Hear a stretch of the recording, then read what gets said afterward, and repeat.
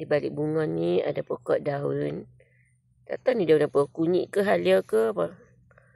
Tak kenal juga ni, nak kena ambil cium dulu. Pokok herba. Ni pokok bipok. Ni kita buka dia. Dia kalau daun dia kuning ni yang sedap.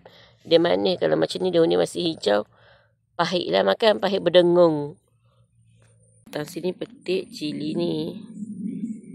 Tak tahu lah cabai ni nama apa. Cabai burung. Ni pokok buah nona. Sekarang kita nak letak baja. Tadi pergi market beli dekat kedai baja. So, kita letaklah baja. Mudah-mudahan dia sihat insyaAllah. Jangan kubur baja ni banyak dan jahanamkan dia sudah. Dan ni ada pokok bipok. Pokok ni baik untuk buah pinggang katanya. Pun ada lagi. Seronoknya kerajaan semut. Duk main, berkumpul, berkawan kat sini. Semut ni ketik orang sakit. Ini bunga kepada pokok durian Belanda. Cantik.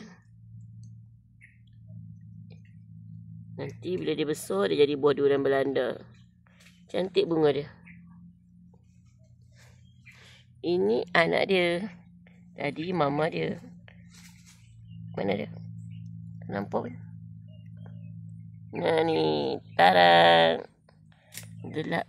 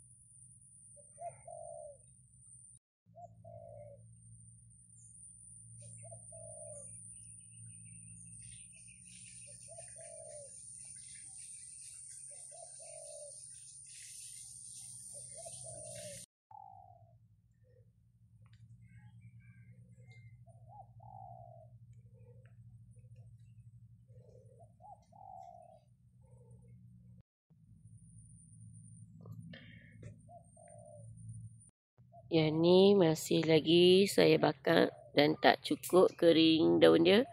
Tak nyala-nyala. Dari mai tadi tak nyala-nyala. Yang lagi dua tu dah berjaya sana. Satu nampak asap-asap celah pokok tu. Ini pun dah berjaya nyalakan dan nak habis dah daun dia. Dan di sini masih begini. Tak menyala-nyala apinya. Ni juga satu lungguk basah. Tak nyala juga.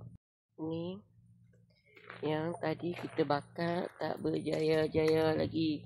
Masih tak menyala. Sebab daun dia tak cukup kering.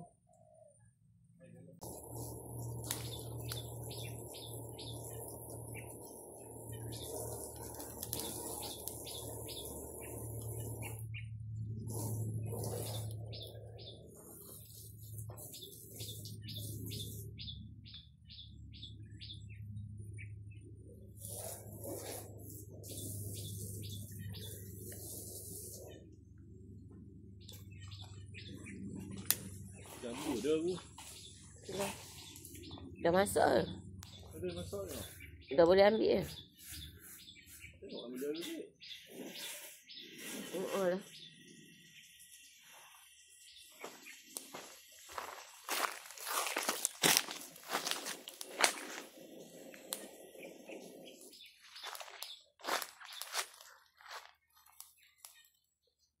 Keram nyamuk. Sok besar semua memang dia berdarah. Semua memang dekat tangan kat muka. Nak ke tangan. Tarik.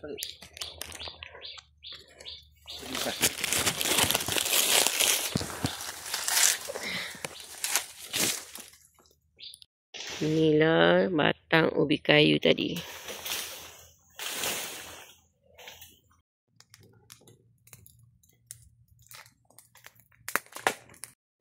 Jom kita bakar sampah lagi. Ini dah bakar dah, tapi terpadam dah pula. Ubi kayu hasil daripada pokok kat situ. Nampak?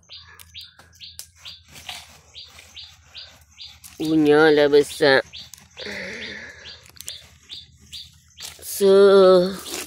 Aduh besar.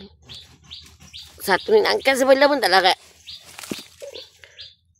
Dia dah ni. Jadi bengkang ke apa tak tahu.